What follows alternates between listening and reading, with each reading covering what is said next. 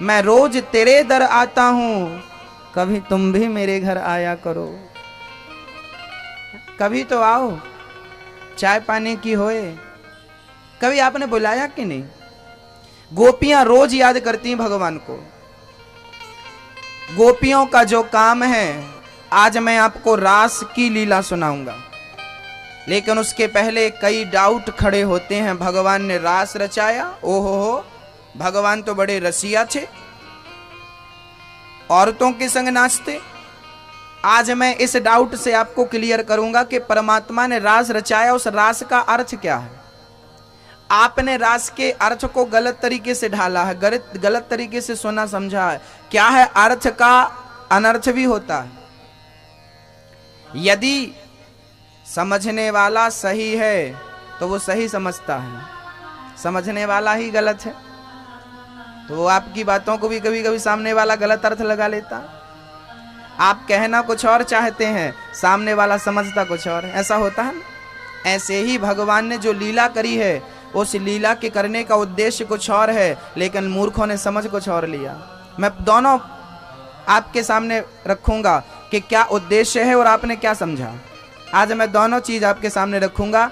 इस पर्दा, इस चीज में जो पर्दा पड़ा है उससे आज मैं पर्दा उठाऊंगा। क्या उद्देश्य था रास के पीछे ईश्वर का, मेरे कन्हैया का, आपने क्या समझा, उन्होंने क्या कोशिश करी थी समझाने की। सुनो, हुआ क्या। पहले तो ये समझ लो कि रास जब भगवान ने रचाया, एक आदमी हमसे बोला, गुरुजी तुम्हारे भगवान कैसे हैं? हमने कहा यार कैसे हैं? बोले देखो भगवान तुम्हारे रास रचाते हैं। हमने कहा पागल, भगवान ने रास की लीला बाद में करी है। रास लीला के पहले एक लीला और रची थी भगवान ने, गोवर्धन लीला।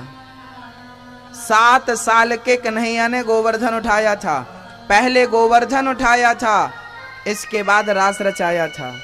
तो जो 7 वर्ष का कन्हैया एक अंगुली से, कनिष्ठिका से जो 7 कोस का पहाड़ उठा सकता है, उसे आप कामी पुरुष समझते हो क्या? उसे आप सांसारिक पुरुष समझते हो क्या? एक आदमी बोला भगवान ने 16,108 शादियां करी, वो रास रचाए, हम भी रास रचाएंगे। हमने कहा भगवान रास रचाने के पहले गोवर्धन उठाए हैं एक उंगली से, तुम 5 किलो का पत्थर उठा के दिखा दो। भगवान रास रचाने के पहले कालिया दह में कूद करके कालिया नांग को मारते हैं। कालिया दह पर कालिया नांग जहर फैला रखा था, पूरे दह पर पूरा जल जहर से भरा था। भगवान उस जहर के कुंड में कूद गए थे। आप थोड़ा सा जहर पी के दिखा दो। जब भगवान श्री कृष्ण ने रास रचाया, उस समय भगवान की उम्र क्या थी पता है आपको? क्या उम्र थी, क्या एज थी भगवान की? उस समय भगवान की उम्र थी मात्र 7 वर्ष।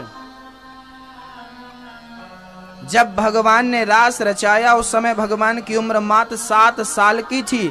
अब क्या 7 साल के बच्चे के अंदर कोई वासना होती है? यदि आप भगवान को ये कहते हो कि वो दूसरों की नारियों के संग नाच रहे हैं, रास कर रहे हैं, ये गलत है, तो बताइए 7 साल का बच्चा किसी के संग नाचे? यदि भगवान को आप साधारण भी कहते हो तो उम्र गवाह नहीं दे रही है। 7 वर्ष की उम्र थी। यदि भगवान के रासलीला की चीज को आप मानते हो तो भगवान की रासलीला में ही लिखा है कि भगवान 7 वर्ष के थे। और दूसरा पक्ष अब मैं आपको ले जाऊं गोपियों की तरफ। ये गोपियां कौन थी?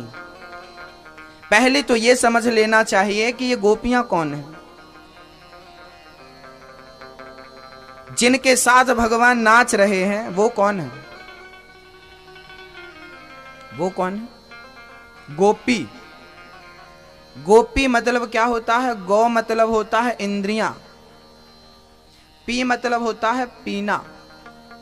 जिन्होंने अपनी वासनाओं को, जिन्होंने अपनी इंद्रियों को पी लिया हो, मतलब अपनी इंद्रियों को, अपनी वासनाओं को खत्म कर दिया हो, वही है गोपी। गोपियां कोई कामी स्त्रियां नहीं थी कि अपने पुरुष को छोड़ करके कन्हैया के संग नाच रही हैं, उनके अंदर कोई वासना है, कोई कामना ना। गोपियां कोई स्त्रियां नहीं थी। गोपी मतलब स्त्री होता है? पहले तो आप ये समझ लो कि गोपी मतलब स्त्री नहीं है। क्या है महाराज जी?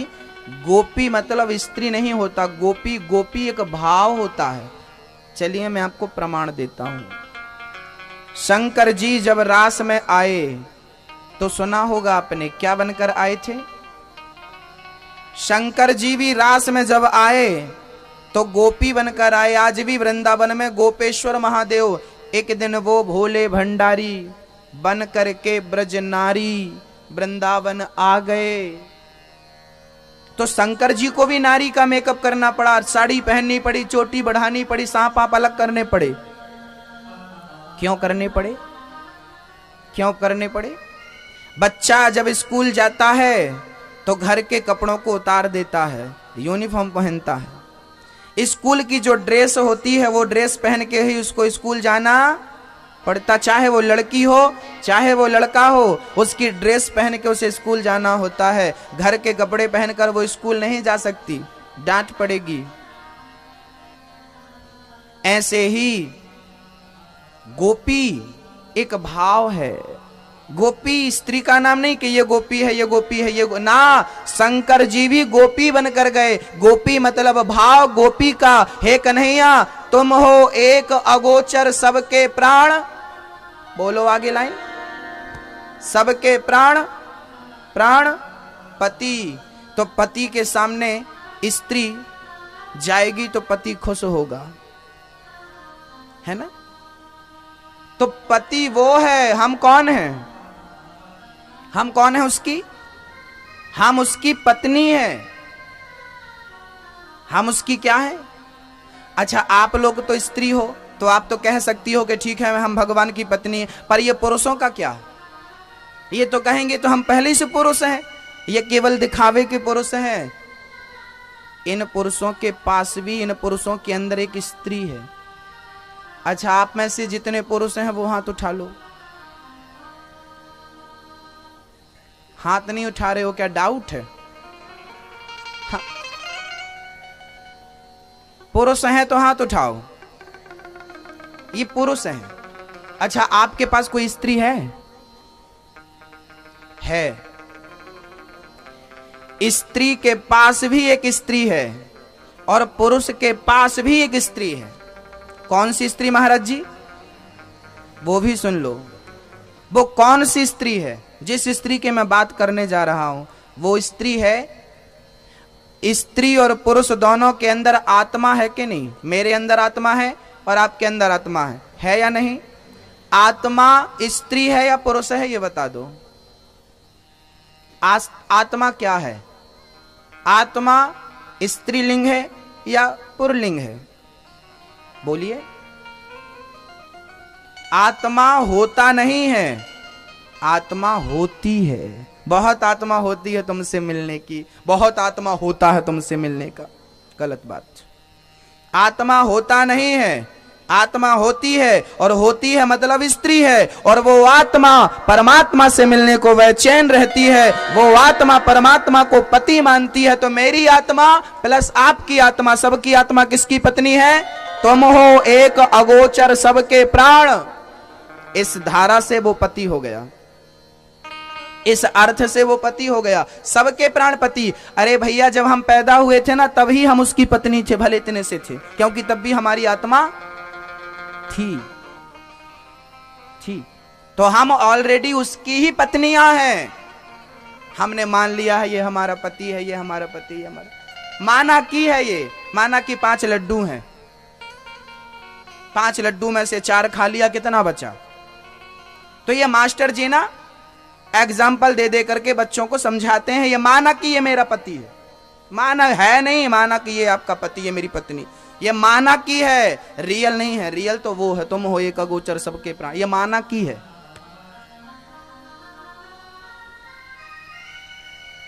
ना? बड़े बड़े सवाल हल होते हैं माना की। माना कि ये मेरी पत्नी है, माना कि ये मेरा पति है नहीं, माना कि। पति कौन है? सबका है, एक का नहीं है, मेरा बस नहीं है, सबका है, सबके प्राणपति। हाँ कोई कोई स्त्रियां जो होती हैं ना उल्टा निकल जाती हैं, अपने पति को ही छोड़ देती हैं। तो जो भगवान की पूजा नहीं करते वो उल्टा स्त्रियां हैं, अपने पति को छोड़ चुकी हैं, भगवान को ही तलाक दे दी, तलाक तलाक तलाक।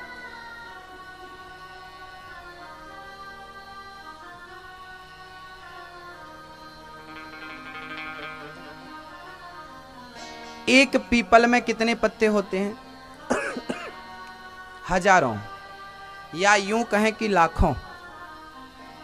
पेड़ एक है, एक ही पेड़ में कितने सारे पत्ते होते हैं? लाखों। जैसे एक ही पीपल में लाखों पत्ते होते हैं, एक ही वृक्ष में लाखों पत्ते होते हैं, ऐसे ही उस एक परमात्मा से हम लाखों पत्ते पैदा हो गए। हम पत्ते हैं, हमारा अस्तित्व वो परमात्मा है। हमारा सब कुछ वही है, सर्वस्व है। आइए समझते हैं गोपियां कौन हैं। तो गोपी किसी स्त्री का नाम नहीं है कि वो स्त्री गोपी ना, गोपी भाव है। मैं भी गोपी बन जाऊं और कन्हैया के रास में पहुंच जाऊं। शंकर जी भी गोपी बन के आए। यदि शंकर जी को गोपी बनकर आना पड़ा तो ये बात सिद्ध होती है कि परमात्मा, गोपी का अर्थ स्त्रियों से नहीं, गोपी एक प्रेम का भाव है। जो प्रेम से परमात्मा से मिलना चाहता है, परमात्मा उसे गोपी बना करके अपना बना लेते हैं। आ जाओ, रास रचाते हैं। अब मैं आपसे कुछ पूछना चाहता हूं, ध्यान दीजिएगा, सुनिएगा। एक होता है अंगूर। अंगूर की कीमत मार्केट में 50 रुपए से 100 रुपए के बीच की होती है। अंगूर के अंदर रस होता है, और वही अंगूर जब सूख जाता है तो क्या बन जाता है? किशमिश। पहले अंगूर था, अब किशमिश। अब बताइए, किशमिश में कोई रस रह जाता है? सारा रस जब सूख जाता है तब वो किशमिश हो जाती है। तो जिसके अंदर वासनाओं का रस होता है वो अंगूर होता है, और जिसके अंदर के वासनाओं का रस भक्ति की आग में सूख जाता है, बस वो गोपी बन जाता है। गोपी मतलब किशमिश। अब आप बताओ कि आप अंगूर हो कि किशमिश हो? गोपियां अंगूर नहीं थी, गोपियां किशमिश थी।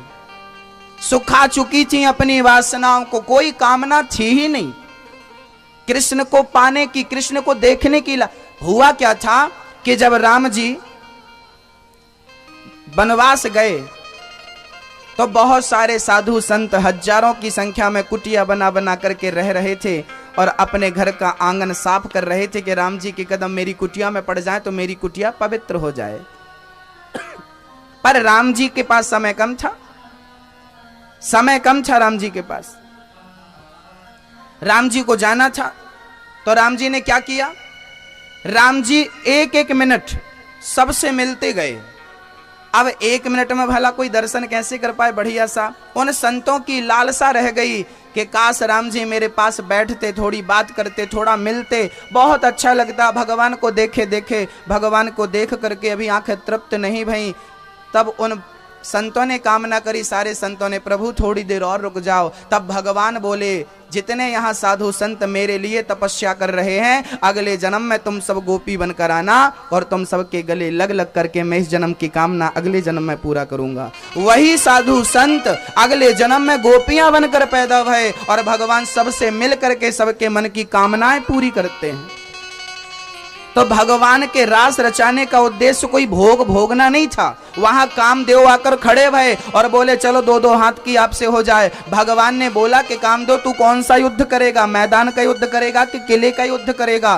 कामदेव बोला जो आपको पसंद है। भगवान बोले चलो मैदान का युद्ध कर लेते हैं। स्त्रियों के साथ नाच रहे हैं भगवान, घूम रहे हैं, झूम रहे हैं, लेकिन भगवान के अंदर कोई वासना नहीं है। भगवान कोई कामी है क्या? ना। गोपियों को भगवान रास में जगह देते हैं, उद्देश्य मात्र एक था, क्योंकि ये गोपियां जो भगवान के साथ नाच रही हैं वो साधारण तो हो नहीं सकती। हो सकती हैं क्या? कितने जन्मों तक तपस्या करी होगी। अरे रावण की आप हिस्ट्री पढ़ो, जिन राम ने रावण को मारा वो रावण पिछले जन्म में क्या था? बोलिए। वो रावण पिछले जन्म में प्रताप भानु नाम का राजा था। रामचरितमानस के बालकांड में यह चर्चा है, पढ़ लीजिएगा। प्रताप भानु नाम का एक राजा था, बड़ा संस्कारी था, बड़ा तपस्वी था, बड़ा भयंकर प्रभावशाली राजा था। लेकिन एक गलती के कारण उसे राक्षस बनना पड़ा। भगवान ने कहा कि मेरे सामने जो विलन बन के खड़ा होगा वो भी कोई ऐरा गैरा नत्थु खैरा ना हो। अरे राम इतने पावरफुल हैं तो सामने वाला भी तो पावरफुल होना चाहिए। इसलिए भगवान ने रावण के लिए किसको चुना? भाई, जिस पिक्चर में अम्बरीश पुरी विलन का रोल करें, अभिनय करें, अम्बरीश पुरी साहब, तो उनका विलन बनना छोटी मोटी बात नहीं है। हाँ, हीरो है तो हीरो से पिक्चर हिट नहीं होती, विलन की भी बहुत बड़ी भूमिका होती है। बस ऐसे ही रावण साधारण नहीं था, रावण भी भक्त था। रावण कैसा था? रावण के 10 सर थे। रावण अपना सर काटता और शंकर जी का रुद्राभिषेक करता और हवन करता तो सर काट के स्वाहा। रावण अपने 10 सर काट देता था। आप एक उंगली भी काट सकते हो क्या? रावण कोई साधारण नहीं था, बड़ा भक्त था। सर काट के शंकर जी को, अरे कैलाश पर्वत उठा लिया था एक बार, कोई साधारण था? आपको शंकर जी के दर्शन नहीं होते और वो कैलाश उठाए खड़ा है, कोई साधारण था क्या रावण? ब्रह्मा जी उसके घर वेद पढ़ाने आते थे, इंद्र उसके घर में पहरा देते थे, अग्नि देवता उसके घर भोजन बनाते थे, पवन देवता झाड़ू लगाते थे, शनि महाराज को उल्टा लटका रखा था रावण ने, कोई साधारण था? आपको शनि की दशा लग जाए तो आप परेशान हो जाते और वो शनि को उल्टा लटकाया है। ओहो, कितना पावरफुल है रावण। ऐसे पावरफुल के सामने लड़ने में मजा आता है। तो राम जी ने इसको चुना रावण के लिए, चल तू भूमिका निभाना रावण की। ये राम जी की ना ये लीला है। एक कल्प में जय और विजय रावण बने, एक कल्प में तुलसी के, ये वृंदा होती ना तुलसी, तुलसी के पति जालंधर रावण बने। रामचरितमानस में इन सारे रावणों की चर्चाएं हैं, पढ़िए, सब मिलेगा। तहां जलंधर रावण भयऊ। तो रावण की एक रावण नहीं है, हर कल्प में रामलीला होती है। हर कल्प में रावण आता है, राम जी आते हैं, मारते हैं, फिर रावण पैदा होता, फिर राम जी पैदा। ये लीला है, चल रही है। सोमवार, रविवार, मंगलवार, बुधवार, ये सोमवार के बाद मंगलवार आएगा। ऐसे सतयुग के बाद त्रेता, त्रेता के बाद द्वापर, द्वापर के बाद कलयुग, अब कलयुग के बाद फिर सतयुग, फिर त्रेता, फिर द्वापर। ये गोल गोल ऐसे ही चल रहा है, ऐसे ही चल रहा है। मैं फिर गया, फिर आऊंगा, कुछ और बन के आऊंगा। भक्तों, राम रावण को मारते हैं। रावण कोई दुष्ट नहीं था, रावण भी एक भक्त था। गोपियां साधारण नहीं थीं, जो कृष्ण के साथ नाच रही हो, कृष्ण के साथ घूम रही हो, वो साधारण कैसे हो सकती हैं? है ना? कोई पावरफुल होंगी ना, वो तपस्वी हैं, तो भगवान उनके संग रास रचा रहे हैं। आज यमुना के पुलिन तट पर खड़े होकर बांसुरी बजाए। गोपियां अपने काम में बिजी थी। एक सखी गाय दोह रही थी, एक सखी बालों में कंगी घुमा रही थी, एक सखी मांग भर रही थी, एक सखी पति देव की सेवा कर रही थी, एक सखी बच्चे को दूध पिला रही थी। और जैसे ही भगवान ने बांसुरी निसम्य गीतम तदनंग वर्धनम व्रजस्त्रिया कृष्ण गृहीत मानसा। भगवान ने जो बंसी की तान बांसुरी बजाई, पुकारा भगवान ने राधा, ललिता, विशाखा, चंद्रवती, चंद्रकला, सबका नाम ले लेकर भगवान ने पुकारा। गोपियां, एक गाय दौड़ रही थी, बंसी सुनाई पड़ी, गाय दूध वहीं छोड़ा, दौड़ पड़ी कृष्ण से मिलने के लिए। एक आंखों में कजरा लगा रही थी, बंसी सुनाई पड़ी, काजल वहीं छोड़ा, दौड़ पड़ी भगवान से। एक वस्त्र बदल रही थी, वस्त्र वहीं छोड़े, दौड़ पड़ी भगवान की ओर। एक सखी बच्चे को दूध पिला रही थी, बच्चे को वहीं छोड़ा, वो दौड़ पड़ी भगवान की ओर। अरे वो गोपियां संसार का काम करते हुए भी परमात्मा को याद करती थी। बच्चे को दूध पिला रही थी सखी, बंसी सुनाई पड़ी, आज जिंदगी सफल हो गई, आज मुझे कृष्ण ने पुकारा है, छोड़ दिया बच्चे को। एक सखी सास की सेवा कर रही थी, बंसी सुनाई पड़ी, छोड़ दिया। एक सखी खा रही थी, बंसी सुनाई पड़ी, थाली छोड़ी, दौड़ पड़ी। एक सखी पाउडर लगा रही थी, बंसी सुनाई पड़ी तो पाउडर की जगह हाथ काजल की डिब्बी में चला गया, काजल लगाई और दौड़ पड़ी पूरे मुंह में। पता ही नहीं मैं कैसी दिख रही हूं, भूल गई अपने आप को कि मैं कौन हूं, दौड़ पड़ी। अब यहां एक प्रश्न खड़ा होता है, गुरुजी दूध मुहे बच्चे को कोई मां छोड़ सकती है क्या? जिसका बच्चा दूध के भरोसे है उसको छोड़ दिया। भक्तों, आपको आश्चर्य होता होगा कि भगवान से इतना प्रेम करती गोपियां, पति को छोड़ दिया, पुत्र को छोड़ दिया, घर गृहस्थी को छोड़ दिया। याद रखना भक्तों, जब प्रेम की अधिकता होती है ना, जब भगवान से आप प्रेम अधिक करने लगोगे तो संसार की कोई भी चीज छोड़नी नहीं पड़ेगी, सब अपने आप छूट जाता है, छोड़ना कुछ नहीं पड़ता। देखो ना, जब तक आम कच्चा होता है, आम वृक्ष को पकड़ के रखता है, लेकिन वही आम जब पक जाता है तो वृक्ष से छुड़ाना नहीं पड़ता, अपने आप छूट जाता है। फल कच्चा होता है, पकड़ के रखता है वृक्ष को, पक जाता है, अपने आप छोड़ देता है। हमारी भक्ति कच्ची है, इसलिए हमने संसार को पकड़ रखा है। जिस दिन हमारी भक्ति पक जाएगी ना, संसार को छोड़ना नहीं पड़ेगा, पत्नी पुत्र परिवार सब अपने आप छूट जाता है।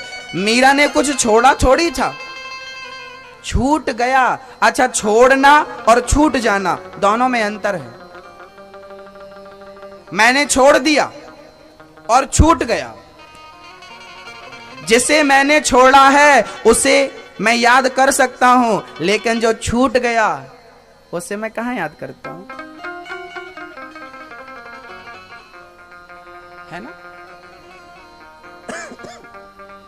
मैंने किसी को 1000 रुपए दे दिए, मैंने 1000 रुपए छोड़ दिए, तो मैं बताऊंगा मैंने फलाने को 10 साल पहले 1000, याद करो जब मैंने तुम्हें 1000 दिए थे।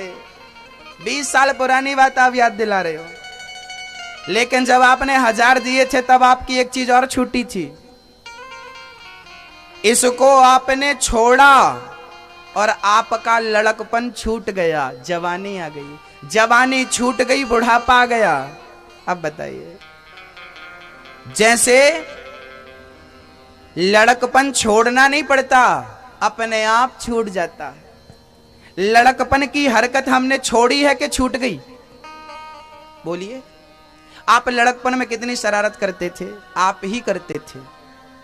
आपने शरारत करनी छोड़ी कि अपने आप छूट गई? बोलो, अपने। आपने लड़कपन छोड़ा, जवानी आई, लड़कपन छोड़ दिया, जवानी आ गई। जैसे आपने छोड़ा नहीं है, छूट गई। ऐसे जब भगवान से प्रेम हो जाएगा, जवानी की ओर बढ़ोगे तो लड़कपन अपने आप छूट जाएगा। ऐसे भगवान की ओर बढ़ोगे तो संसार अपने आप छूट जाएगा, छोड़ना कुछ नहीं पड़ेगा। आप कहते हो महाराज जी मैं कैसे छोड़ूं, नाती पंती, बेटा बेटी, पत्नी परिवार पुत्र, ये कुछ भी नहीं छोड़ना, बस परमात्मा को पकड़ना है। याद रखना, जब मैं भगवान को पकड़ लूंगा ना तो संसार अपने आप छूट जाएगा। देखिए अभी मैंने क्या किया है वो सुनिए। अभी मैंने इसको पकड़ा है, इसको, अब मैं इसको पकड़ा हूं और अब मुझे इसको पकड़ना है, तो पहले क्या करना पड़ेगा? बोलो, पहले इसको मैंने पहले इसको पकड़ा है और मुझे इसको पकड़ना है, तो पहले मुझे इसको छोड़ना पड़ेगा, तब मैं इसको पकड़ूंगा। जब संसार को छोड़ोगे तब भगवान पकड़ में आएगा। अभी आपने संसार को छोड़ा ही नहीं तो भगवान पकड़ में कैसे आएगा? आप कहते हो गुरुजी भगवान नहीं मिले, भगवान कितनी पूजा करी। अरे भगवान की पूजा तो बहुत करी, पर संसार को कहां छोड़ा तुमने? एक छोड़ोगे तो दूसरा मिलेगा। क्या छोड़ा आपने? नहीं। गोपियां छोड़ चुकी थी। गोपियां कोई साधारण स्त्री नहीं थी, उनको साधारण नारी कहें ये हमारी मूर्खता है। जो कृष्ण के लिए सब कुछ छोड़ने को तैयार हैं। एक बार स्वामी विवेकानंद जी विदेश में प्रवचन दे रहे थे, यही बात समझा रहे थे जो मैं आपको समझा रहा हूं, रास पंचाध्याय की चर्चा। एक आदमी खड़ा हो गया विदेशी, बोला स्वामी जी तुम्हारे भगवान के पीछे गोपियां दौड़ती थी, इतनी सारी गोपियां दौड़ती थी, 16,108 शादी भई। मैं नहीं मानता कि एक पुरुष के पीछे इतनी स्त्रियां दौड़ेंगी। ऐसा क्या रहा होगा उस कृष्ण में कि इतनी सारी स्त्रियां पागल थी उस कृष्ण के लिए? स्वामी जी ने बोला मैं तेरे प्रश्न का उत्तर आगे दूंगा। स्वामी जी मंच छोड़े और पैदल आगे की ओर चढ़े। जितनी संख्या थी वहां लाखों की भीड़ थी। लाखों की भीड़ स्वामी विवेकानंद जी के पीछे चलती चलती चलती चलती 1 किलोमीटर की दूरी तय करती है। स्वामी विवेकानंद जी ने दूसरे मंच में जाकर खड़े होकर के स्वामी जी ने संबोधन दिया। स्वामी जी ने कहा कि सुनो तुम्हारे प्रश्न का उत्तर तुम्हें मैंने दे दिया। लोगों ने कहा कि मुझे अभी तक नहीं मिला। स्वामी विवेकानंद जी ने कहा कि देखो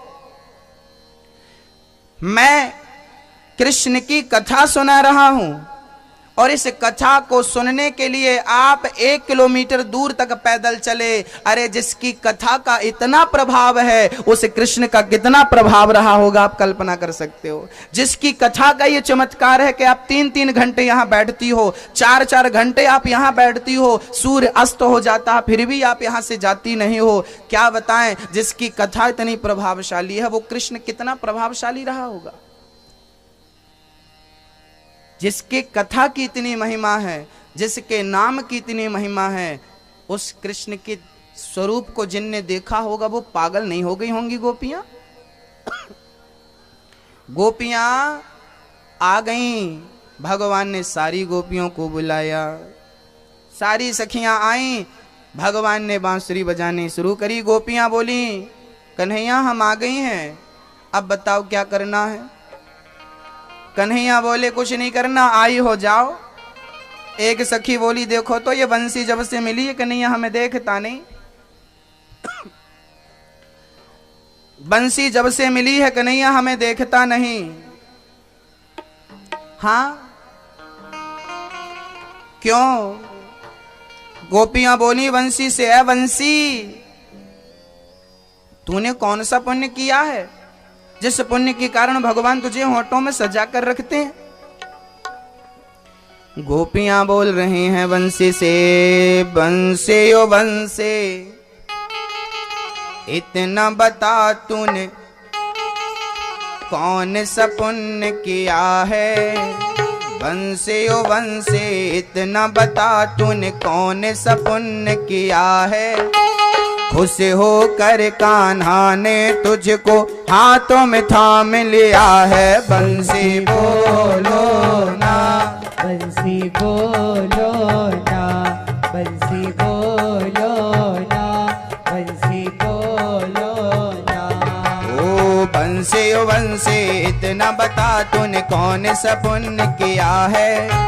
बंसी ओ बंसी इतना बता तूने कौन सा पुण्य किया है? खुश होकर कान्हा ने तुझको हाथों में थाम लिया है। बंसी बोलो ना, बंसी बोलो ना, बंसी बोलो ना, बंसी बोलो क्यों?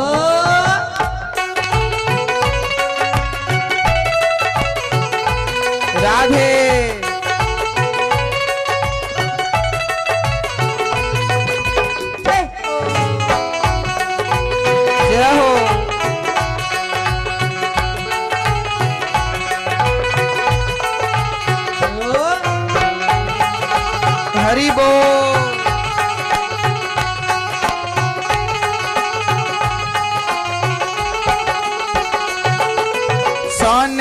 चांदी की होती तो क्या से क्या कर जाती, बांस की होकर के मुरली तो है इतना तड़पाती।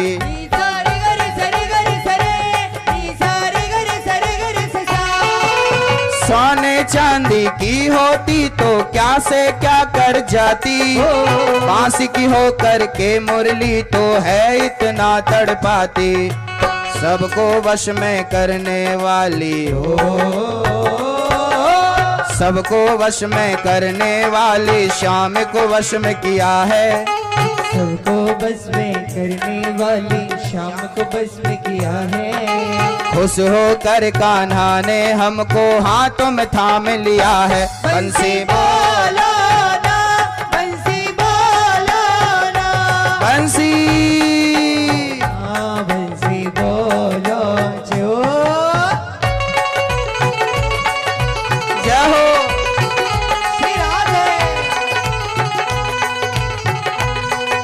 ताली हाथ उठाकर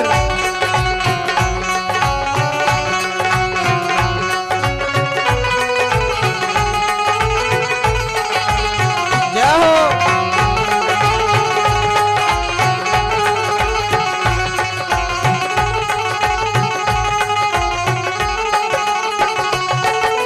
पीपल की छैया में कान्हा जब जब बंसी बजाए, ताता थैया राधा नाचत आए नी।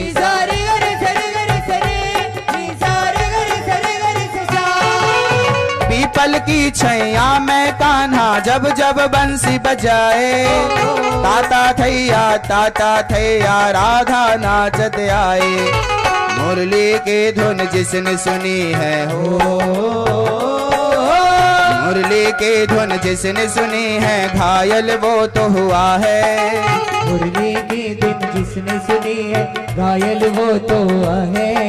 खुश होकर कान्हा ने हमको हाथों में थाम लिया है। बंसी बोलो ना, बंसी बोलो ना, बंसी बोलो ना, बंसी बोलो ना। ओ बंसी ओ बंसी इतना बता तूने कौन सा पुण्य किया है। खुश होकर कान्हा ने हमको हाथों में थाम लिया है। बंसी बोलो ना, बंसी बोलो ना, बंसी बोलो ना, बंसी बोलो ना, बंसी बोलो ना, बंसी बोलो ना। बंसी बोलो ना, बंसी बोलो ना, बंसी बोलो ना, बंसी बोलो ना, बंसी बोलो ना, बंसी बोलो ना।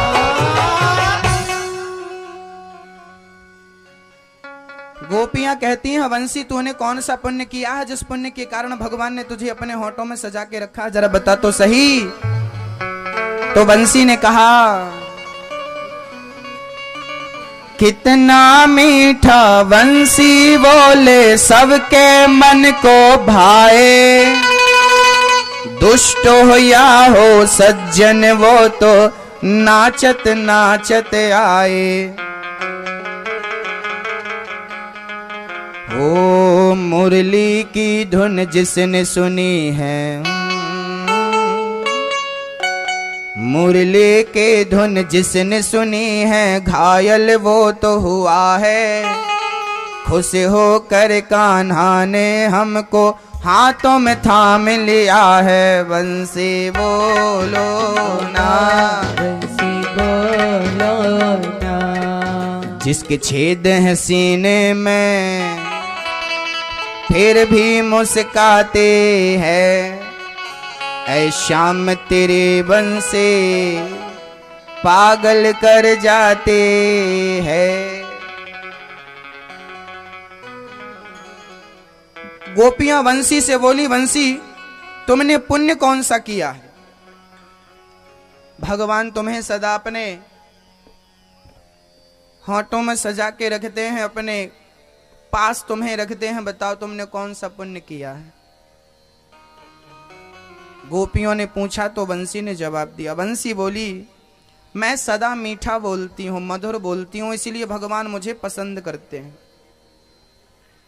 बंसी बांस की बनती है भक्तों, और जब बजती है तो कड़वा बोलती है कि मीठा? आप कैसा बोलते हो? बंसी मीठा बोलती है, इसलिए भगवान उसे सजा के रखते हैं, अपने पास रखते हैं।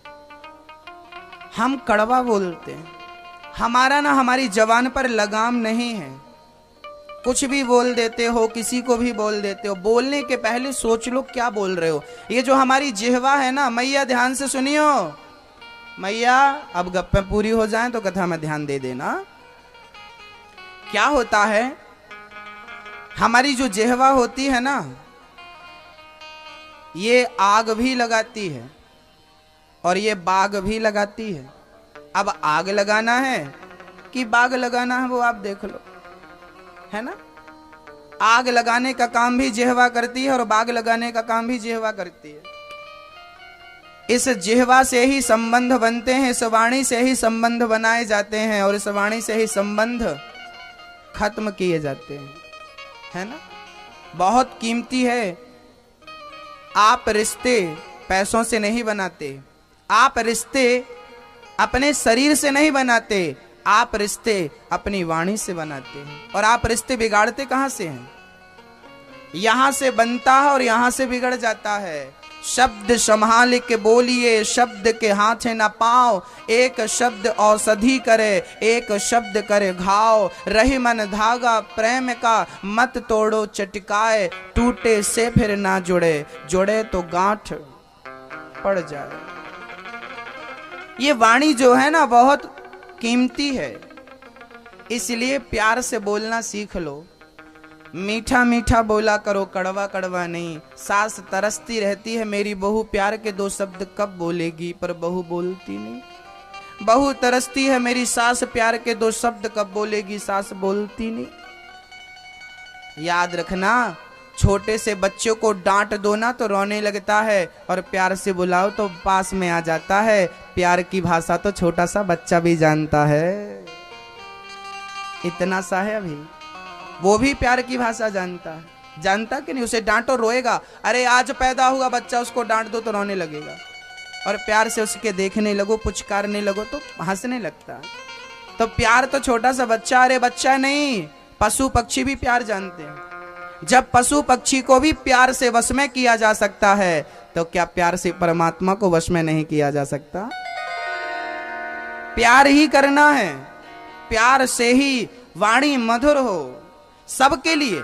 ऐसा ना हो आपकी वाणी केवल मेरे लिए तो अच्छी होती है, जब मैं आपके घर आता हूं तो बड़ा प्यार से आप बोलते हो, बड़ा प्यार से बिठाते हो, प्यार से भोजन पानी चाय नाश्ता सब देते हो, लेकिन केवल मुझे देते हो, केवल अतिथि को देते हो, अन्यथा और किसी को ऐसा सम्मान नहीं देते। जैसे आप अपने गुरु का सम्मान करते हैं, जैसे आप अपने बुजुर्गों का सम्मान करते हैं, देश के हर नागरिक का वैसा ही सम्मान करो। जो दूसरों का सम्मान करता है, समाज में उसी का सम्मान होता है। जो देंगे वही पाएंगे। सम्मान देने की आदत नहीं है, सम्मान मिलेगा कहां से? आप दूसरों के लिए मधुर शब्द बोलेंगे तो आपके लिए भी मधुर शब्द बोले जाएंगे।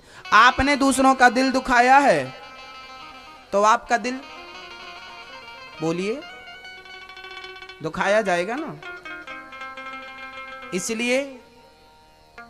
इसलिए क्या चाहिए आपको कि वाणी अच्छी हो, वाणी में मधुरता हो। बोलो यदि पहले तुम तौलो, फिर मुख को खोला करना। पुष्प नहीं बन सकते हो तो कांटे बनकर मत रहना। कम बोलो, सबके लिए अच्छा बोलो। आपके घर भिखारी आता है, उसे भी अच्छे शब्द बोलिए। किसी के हालात मजबूरी पर कड़वे शब्द मत डालिए। आपके घर कोई भिखारी आता है तो उसके मुंह में आप आ जाते मांगने, कहां से? शर्म नहीं आती? इतना बड़ा शरीर लिए भीख मांग रहे हो? अरे और काम धाम करके कमाओ। हाँ, आपने सही बोला कि इतना बड़ा शरीर लेके भीख क्यों मांग रहा? सही है, सही बोला। लेकिन वो आपके घर में आया अतिथि है, और हम भारतीय अतिथि देवो भव का सूत्र कहते हैं। हमारे घर में अतिथि कोई भी हो, चाहे वो कुत्ता ही क्यों ना हो, अतिथि देवो भव। अतिथि भगवान होता है।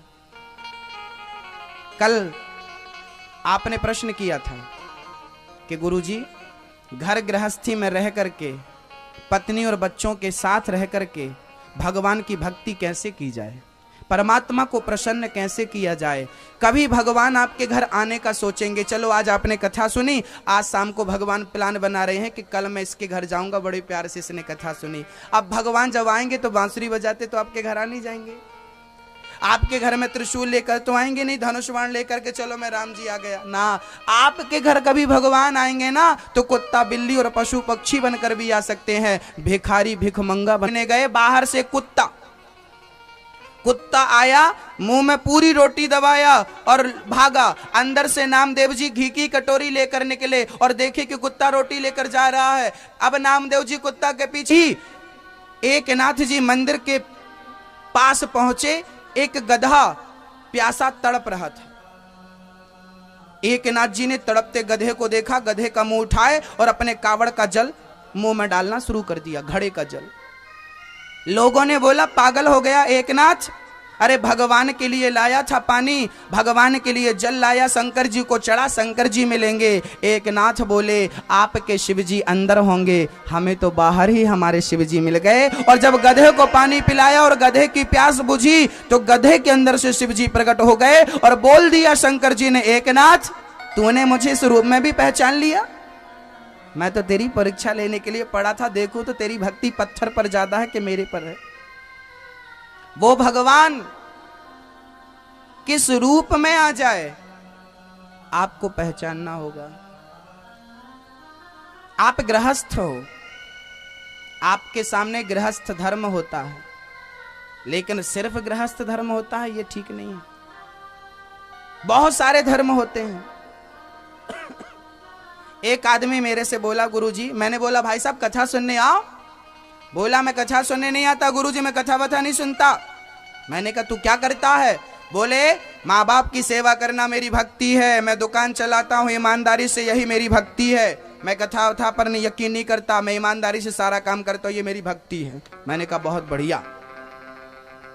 मैंने कहा तू अच्छा करता है, लेकिन एक बात सोच, एक विद्यार्थी के पास 6 सब्जेक्ट होते हैं, वो एक सब्जेक्ट पर 100 नंबर लेकर आ जाए पास हो जाएगा, 2 सब्जेक्ट में 100 नंबर लेके आ जाए पास हो जाएगा, 3 सब्जेक्ट में 100 नंबर लेके आ जाए पास हो जाएगा, 4 सब्जेक्ट में 100 नंबर लेके आ जाए पास हो जाएगा। अरे 5 सब्जेक्ट में 100 के 100 नंबर लेके आ जाए और दूसरे सब्जेक्ट में 0 लाए, पास हो जाएगा? बोलो नहीं ना, नहीं ना। हाँ, जैसे विद्यार्थी को पास होने के लिए 6 सब्जेक्ट में कम से कम 33 नंबर चाहिए, 33 नंबर चाहिए। ज्यादा से ज्यादा तो 100 का 100 ले आए, पर कम से कम 33 हो। 6 सब्जेक्ट में होना चाहिए।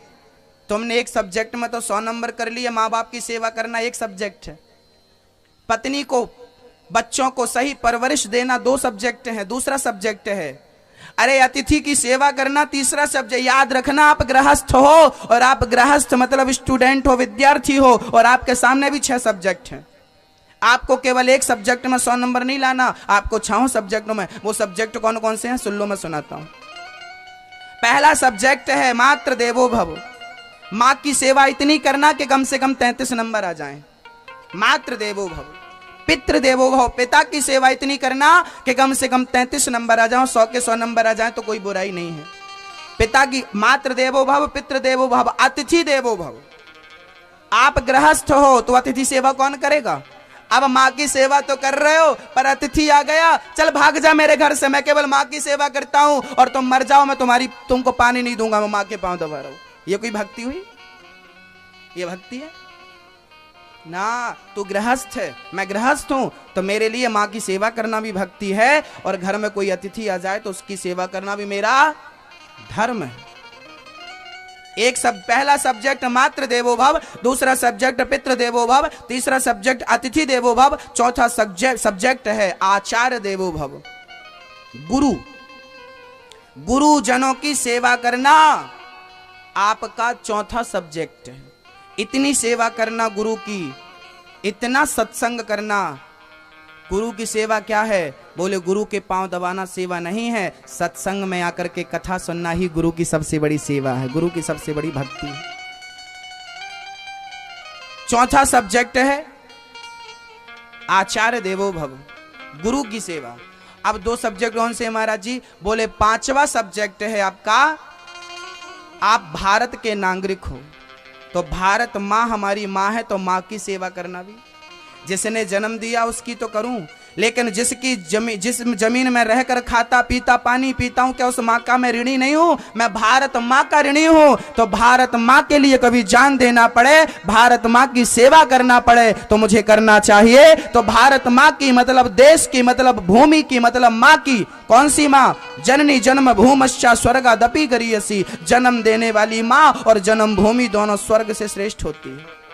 तो भारत माँ की सेवा करना, राष्ट्र के प्रति वफादार होना, ये 5वां सब्जेक्ट है। कभी सरकारी डिपार्ट पर रहो या प्राइवेट कहीं भी रहो, कभी अपने देश से गद्दारी ना करो, यही आपका 5वां सब्जेक्ट है। ईमानदारी से मेहनत का खाओ, मेहनत का कमाओ, क्योंकि आज मैंने आपसे पैसा ज्यादा ले लिया, भ्रष्टाचार किया, तो मैंने आपके साथ भ्रष्टाचार नहीं, मैंने अपनी माँ के साथ गलत किया है। मैंने अपनी भारत माँ का दिल दुखाया है, क्योंकि आप भी भारत माँ के बेटे हो और मैं भी भारत माँ का। याद रखना, आपकी जाति अलग हो सकती है, आपका धर्म अलग हो सकता है, लेकिन भारत माँ के पुत्र होने के नाते हम सब भाई भाई हैं, हम सब एक हैं। क्योंकि इस मिट्टी के अन्न को आप खाते हो, इस मिट्टी के अन्न को मैं खाता हूँ। इस धूल को आप अपने मस्तक पर लगाते हो तो मैं भी अपने मस्तक पर। ये मेरा देश, मेरी माँ है, ये मेरा वतन, ये मेरी जिंदगी है, मेरी शान है, मेरी आन है, मेरी वान है, सब कुछ है। तो 5वां सब्जेक्ट है भारत माँ के लिए, मतलब ईमानदार, वफादार। 5वां सब्जेक्ट। 6वां सब्जेक्ट कौन सा? बोले पत्नी की सेवा, पुत्र की सेवा, ठीक है, सबकी सेवा करो, लेकिन 6वां सब्जेक्ट है कि आप आत्म कल्याण करो। आत्म कल्याण मतलब भगवान का भजन। भोजन तो रोज करते हो शरीर के लिए, पर भजन कब करोगे? आत्म कल्याण के लिए। तो भगवान का भजन भी इतना कर लेना, इतना कर लेना, क्योंकि बुढ़ापे का पैसा आपके काम आता है। आपकी बहू पैसा देखकर सेवा करती है, लेकिन भगवान पैसा देखकर आपको गति नहीं करेगा। भगवान तो आपका भजन देखेगा, जितना अधिक भजन होगा उतनी अच्छी गति आपकी होगी। 6वां सब्जेक्ट है परमात्मा का भजन इतना कर लो कि कम से कम मुक्ति हो जाए, कम से कम 33 नंबर आ जाए, कम से कम इतना भजन हो। तो आप गृहस्थ हो, मैं गृहस्थ हूं, हमारे सामने एक नहीं है, अनेक सब्जेक्ट। सिर्फ मां की सेवा। मैं डॉक्टर हूं, मैं डॉक्टर हूं, मैं माला जप रहा हूं सवेरे सवेरे, मेरे घर में मरीज आ गया, डॉक्टर साहब जल्दी से देखो नहीं मर जाएगा। अरे बैठो, मैं माला जप रहा हूं, सत्संग करता हूं, माला जप लो। बैठो, माला जपता जपता बेचारा मरीज निपट गया, तो ये डॉक्टर का माला जपना पाप हो गया। माला जपना पाप हो गया। किसका? बोलो, समझ में आ रहा कि नहीं? डॉक्टर की भक्ति माला जपना नहीं है, डॉक्टर की भक्ति मरीज की सेवा करना है। अब ऑपरेशन का 5000 है और 50 बता दिया तो ये भी पाप है। 5 में होना है और 50 बता दिया। अभी तो एक डॉक्टर ने मुर्दे को भर्ती कर लिया और 1.5-2 लाख का बिल बना दिया। अक्षय कुमार ने सब्जेक्ट पर एक पिक्चर भी बना दी, नागपुर की सच्ची घटना है ये। एक हॉस्पिटल ने मरने का सर्टिफिकेट दे दिया कि ये मर गया, और दूसरे हॉस्पिटल में गए तो उसने भर्ती कर लिया, अभी जान है मैं बचा लूंगा। 2 दिन बाद बोला सॉरी, मर गए, 2 लाख का भरो। अभी देखा होगा नई न्यूज, एक माँ को 2 बच्चे पैदा हुए, एक तो मरा था पर दूसरा जिंदा था, दूसरे को भी पॉलीथिन में बंद करके दे दिया, मर गया। तो ऐसे तो डॉक्टर हैं। आजकल बीमारियों से खतरा नहीं है, डॉक्टरों से ज्यादा खतरा है। ये स्थिति है, क्या बताओ। मतलब जो जहां है वो वहां ईमानदारी से, यही उसका पाप है। मैं ब्राह्मण हूं, मैं कथा सुना रहा हूं, मैं ईमानदारी से कथा सुनाऊं, ये मेरी भक्ति है। आप किराना की दुकान पर बैठे हो, आपके यहां जो अतिथि आता है, जो ग्राहक आता है, उसको ईमानदारी से आप उससे सामान दीजिए, ईमानदारी से कमाइए। मुनाफा उचित कमाइए तो भक्ति है, और मुनाफा अनुचित कमाओगे पाप है। आप किसी किसान, मैं किसान हूं, यदि मैंने उचित, आजकल किसानों को देखा होगा आपने, इतनी सी लौकी में इतना बड़ा इंजेक्शन डालते हैं, बेचारी रात भर में इतनी बड़ी हो जाती है, और वो लौकी इंजेक्शन वाली लोग खाते हैं, मरते हैं। ये किसान का पाप हो गया, ये पाप हो गया। जहां आप जिस फील्ड में हो वहां रहो, ईमानदारी से काम करो। थोड़ा सा समय मिले तो भजन कर लो, नहीं मिलता तो मरीज को ऑपरेशन करते करते भी आप परमात्मा को याद करो, हे प्रभु इसको बचाना मेरा काम नहीं है, मेरा काम ऑपरेशन करना, तू इसकी रक्षा करना। यही भक्ति हो गई आपकी। जहां हो वहीं रहो, लेकिन ईमानदारी से उस काम को निपटाओ, वफादारी से उस काम को निपटाओ, गद्दारी ना हो। आज मरीजों को पता नहीं होता कि इस चीज का ऑपरेशन कितना होता है, इसका खर्चा कितना होता है। डॉक्टर जो बोलता है सब हो जाता है, लिख देता। 5 रुपए का इंजेक्शन मिलता है, पर डॉक्टर अपने हॉस्पिटल में उसी इंजेक्शन में 15 रुपये का ठप्पा लगवा लेता है, और वही इंजेक्शन 15 रुपये का बेचता है। यही लोग नाली का कीड़ा बनते हैं, पाप करके पैसा कमाते। क्या करोगे इतना पैसा? ले जाओगे बांध कर, कफन में बनवा लेना, जेब ले जाना। आप लोग कह देना उन लोगों से तुम भी बांध लो, ले जाओ। खाने को 2 रोटी चाहिए और डॉक्टर मना कर देगा तो वो भी नहीं खा पाओगे। कभी कभी साहब डॉक्टर एक बीमारी के कारण बोल देता है इसको पानी मत पिलाना, मरीज पानी मांगता, पानी पानी, पानी नहीं मिलता उसको, पानी नहीं देना इसको। अब वो प्यासा तड़प रहा और पानी नहीं मिलना। याद रखना भक्तों, मैं पेट भर पानी पीता हूं, पेट भर भोजन करता हूं, नींद भर सोता हूं, यही मेरी सबसे बड़ी अमीरी है। मैं सबसे अमीर हूं कि मैं पेट भर खाता हूं, नींद भर सोता हूं, ये मेरी अमीरी है। ईश्वर ने सबको अमीर बनाया, इस दुनिया में कोई गरीब नहीं है। आप में से जो गरीब हो हाथ उठा लो, मैं बना देता हूं तुरंत अमीर। जो गरीब हो हाथ उठा लो। है कोई गरीब आप में से? एक आदमी बोला गुरुजी मैं बहुत गरीब हूं। मैंने कहा गरीब है तो चल विक्टोरिया में तेरी आंखें बेच देता हूं, तेरी एक आंख 20 लाख की बिक जाएगी, दोनों आंख बेचेगा 50 लाख मिल जाएंगे। चल 40 होते हैं, 10 लाख और ले लेना, चल। अरे महाराज जी आंखें बेचूंगा तो मैं देखूंगा कैसे? मैंने कहा छोड़ आंखें, अपने दोनों हाथ बेच दे, मैं 60 लाख रुपए दिलवाऊंगा। अरे महाराज जी हाथ बेच दूंगा तो काम, मैंने कहा किडनी बेच दे, 80 लाख में बिक जाएंगी दोनों। अरे महाराज जी किडनी बेचूंगा, मर नहीं जाऊंगा। मैंने कहा दोनों पाँव बेच दे, 1 करोड़ रुपया ले लेना। अरे महाराज जी पाँव बेचूंगा, चलूंगा कैसे? मैंने कहा चल पूरा शरीर बेच दे, 2 करोड़ ले लेना। अरे महाराज जी कहाँ शरीर बेचूंगा तो करोड़ों का क्या करूंगा? मैंने कहा पागल, जिसके पास करोड़ों का शरीर है वो कहता है मैं गरीब हूं। गरीब कैसे है तू? तू कहां से गरीब है? किस एंगल से गरीब है? तेरे पास करोड़ों का शरीर है, ईश्वर ने तुझे ऑलरेडी करोड़पति बना के भेजा है, तू खुद जमीन में घूम रहा। मैं गरीब हूं, कोई गरीब गरीब नहीं संसार में, सब बड़े आदमी हैं। जब आवे संतोष धन, सब धन धूरी समान। मुझे संतोष है घास की झोपड़ी में, तो मैं रावण से ज्यादा सुखी हूं। और मुझे सोने की लंका में भी संतोष नहीं है, तो मैं काहे का सुखी हूं?